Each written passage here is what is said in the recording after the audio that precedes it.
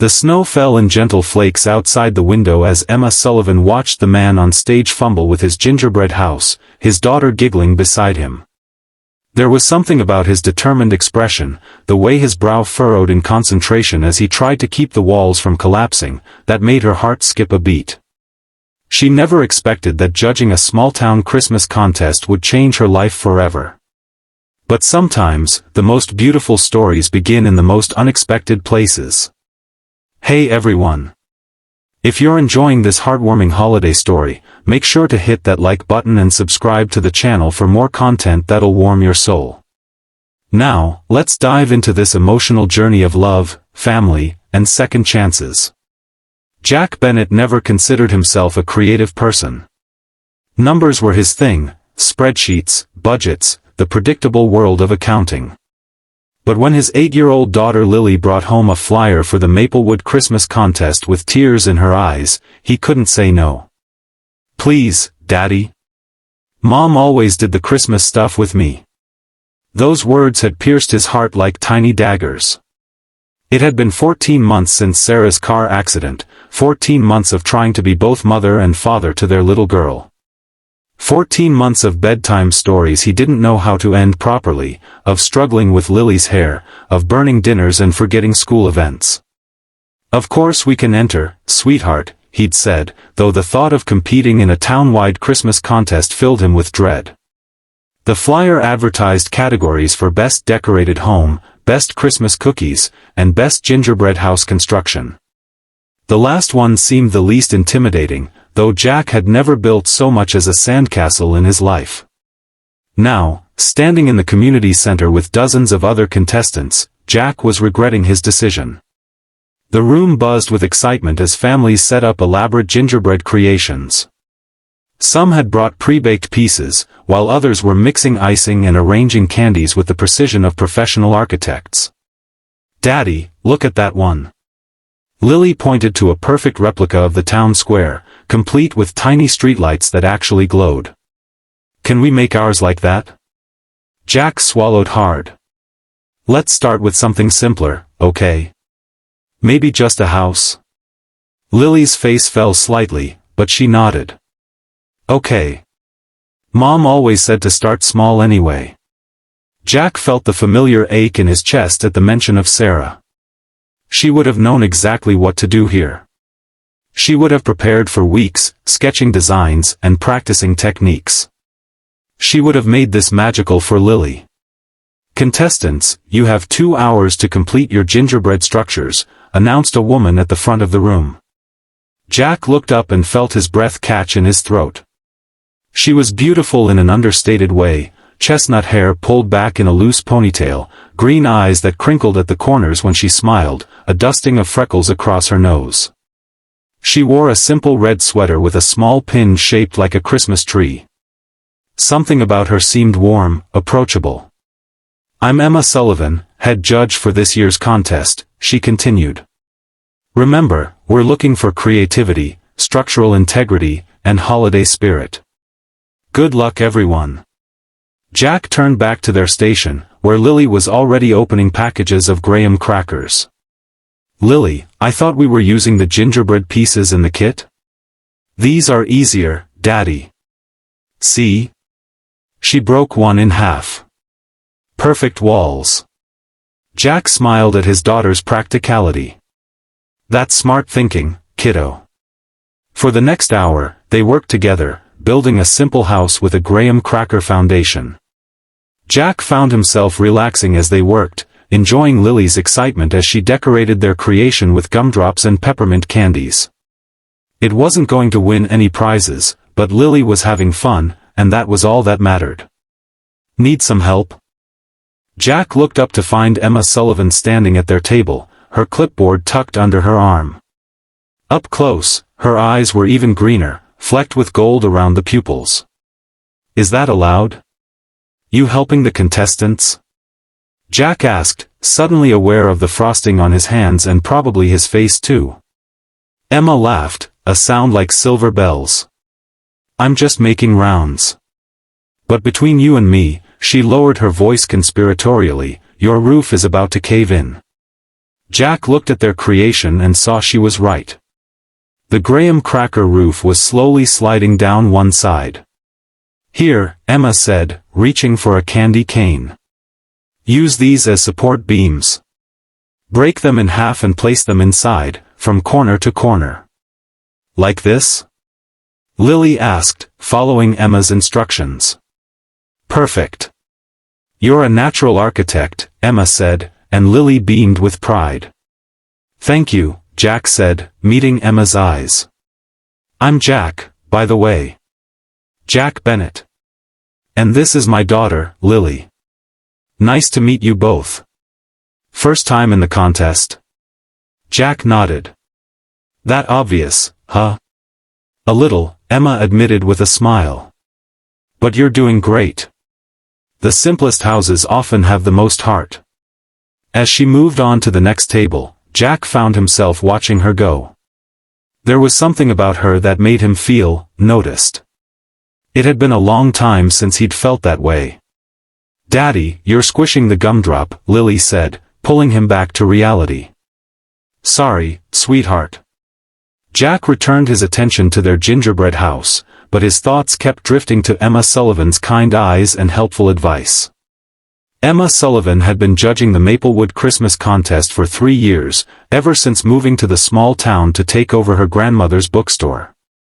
The contest was her favorite event of the year, seeing families come together, the creativity and joy that filled the community center, the way even the most serious adults became childlike when faced with frosting and candy.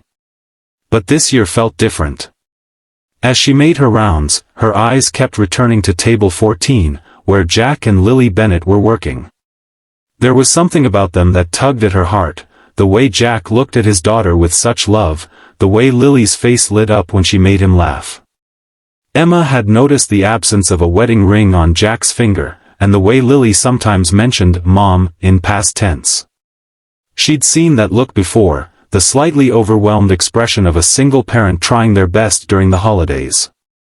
It reminded her of her own father, who had raised Emma alone after her mother left when she was 10. The holidays had always been hardest for him, trying to create magic while dealing with his own pain. As the contest drew to a close, Emma found herself hoping their paths would cross again, though she knew it was unprofessional to have favorites. Still, when she announced the winners later that afternoon, she couldn't help but feel a special pride when she called out, "And our honorable mention for most creative use of materials goes to Lily and Jack Bennett." The look of shock on Jack's face was priceless, matched only by Lily's squeal of delight as they came forward to accept their small trophy, a golden gingerbread man on a wooden base. "We won something, Daddy. We really won." Lily clutched the trophy to her chest. "Congratulations," Emma said as she handed them their certificate. "Your graham cracker innovation was very impressive." "Thank you," Jack said, his eyes meeting hers. "Though I think we had some expert help." Emma felt her cheeks warm. "Just doing my job." As they turned to leave, Lily suddenly spun around. "Miss Sullivan? Do you want to come see our Christmas lights? Daddy and I put them up last weekend, and they're really pretty." "Lily," Jack said, his face flushing. "I'm sure Miss Sullivan is very busy with the contest." Emma should have politely declined. It was inappropriate to accept an invitation from a contest participant. But something in Lily's hopeful expression, and maybe in Jack's embarrassed one, made her say, "Actually, the contest is wrapping up. I'd love to see your lights, if the invitation is still open." The smile that spread across Jack's face made her heart flutter in a way it hadn't in years. Jack couldn't believe he was driving home with both his daughter and Emma Sullivan in his car. After helping the other judges clean up the community center, Emma had met them outside, changed from her official sweater into a cozy-looking green coat. "Are you sure about this?" Jack had asked quietly while Lily was distracted by a nearby snowman. "You don't have to humor her." "I'm not," Emma had replied simply. "I love Christmas lights." Now, as they pulled into the driveway of the modest 2-story house he and Sarah had bought 6 years ago, Jack felt a wave of self-consciousness. Their decorations were nothing special, just some simple white lights along the roofline and around the porch, with a light-up reindeer in the front yard. "It's not much," he began, but Emma cut him off. "It's beautiful," she said, and she sounded like she meant it. "Sometimes the simplest decorations are the most elegant." "That's what I told Daddy," Lily exclaimed from the back seat. "Some of the houses have too many colors and it hurts my eyes." Emma laughed. "You have good taste, Lily." As they got out of the car, Jack noticed Emma taking in the details of their home, the wreath on the door that Lily had made at school, the slightly crooked star on top of the small pine tree in the front yard. "Would you like to come in for some hot chocolate?"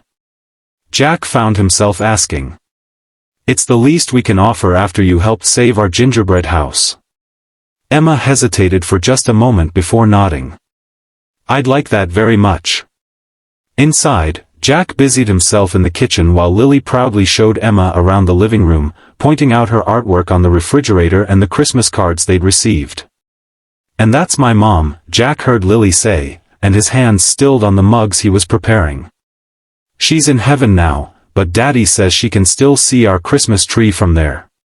"She was very beautiful," Emma replied gently. "You have her smile." Jack brought in the hot chocolate on a tray, grateful for Emma's graceful handling of the moment.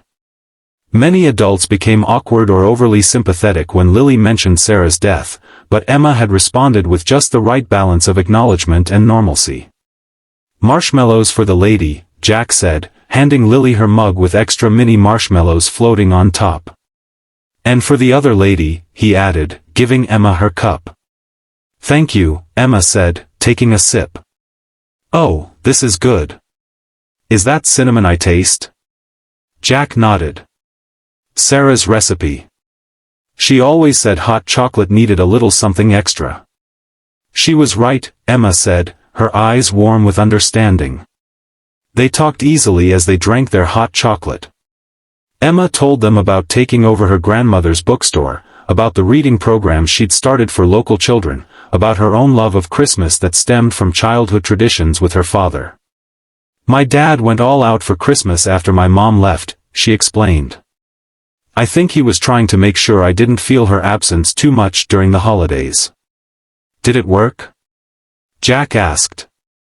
Emma smiled softly. "Yes and no.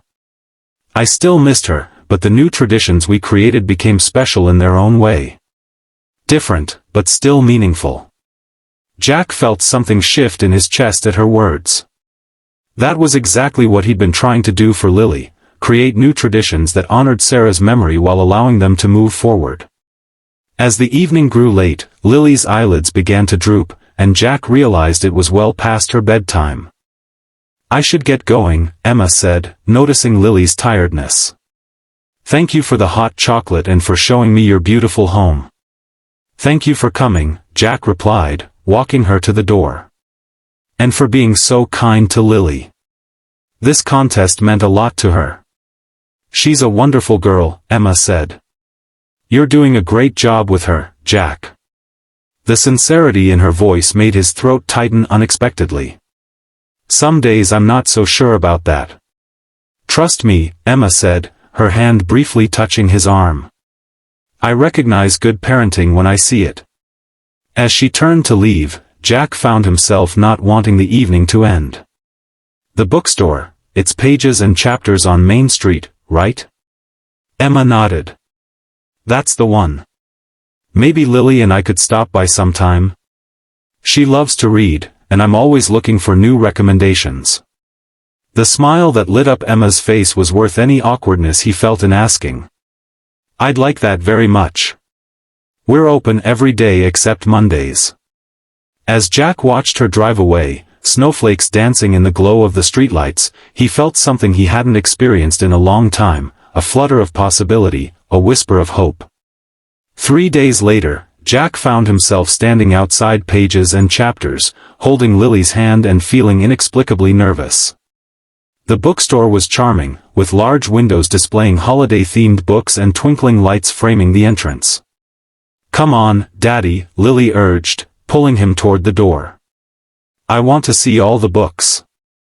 The bell above the door jingled as they entered, and Jack was immediately enveloped in the comforting smell of books and the soft sound of classical Christmas music playing in the background.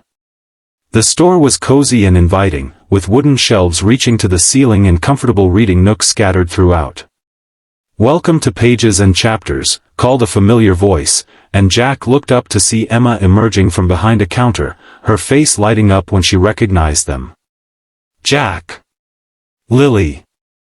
How wonderful to see you!" She wore a deep blue sweater today, her hair loose around her shoulders, and Jack thought she looked even more beautiful than he remembered. "We came to see your books," Lily announced, already eyeing the children's section visible through an archway shaped like an open book. "Well, you're in luck," Emma said, kneeling down to Lily's level. "I just put out some new holiday stories yesterday. Would you like to see them?" Lily nodded eagerly, and Emma led her to the children's area, with Jack following behind. He watched as Emma showed Lily around, pointing out different books and listening attentively as Lily shared her opinions on various titles she recognized. "Your daughter has excellent taste in literature," Emma said when she rejoined Jack while Lily settled into a bean-bag chair with a stack of books. "She gets that from her mother," Jack replied. "Sarah was an English teacher." "That explains it," Emma smiled. "And what about you? What do you like to read?" Jack felt a flush of embarrassment. "Honestly? Tax code updates and financial journals, mostly. It's been a while since I read anything just for pleasure." Instead of the judgment he half expected, Emma's eyes lit up with what looked like a challenge. "Oh, we need to fix that immediately. Everyone should have at least one book that's just for enjoyment, especially during the holidays." Before he could protest, she was leading him through the store, pulling books from shelves and describing them with such passion that Jack couldn't help but be intrigued. She finally pressed a novel into his hands, something about a man who traveled through time. "Trust me," she said.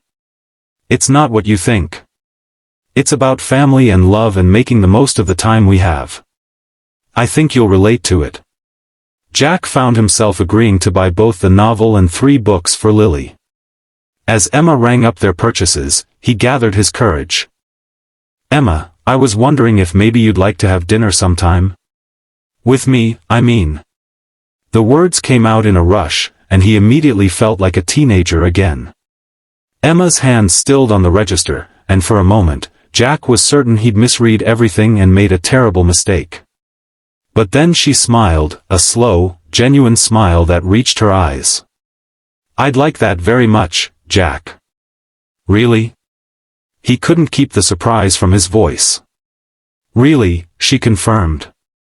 "Though I should warn you, I don't date contest participants during the competition season." Jack laughed, feeling lighter than he had in months. "Good thing we already won our honorable mention, then." They arranged to meet that Friday evening, and as Jack left the store with Lily and their new books, he felt a sense of anticipation he'd almost forgotten was possible. Emma spent far too long getting ready for her dinner with Jack. She changed outfits 3 times before settling on a simple green dress that her friend Maggie always said brought out her eyes. It had been nearly 2 years since her last real date, after a relationship that had ended painfully when her ex-boyfriend had taken a job in Chicago and expected her to abandon her grandmother's bookstore to follow him.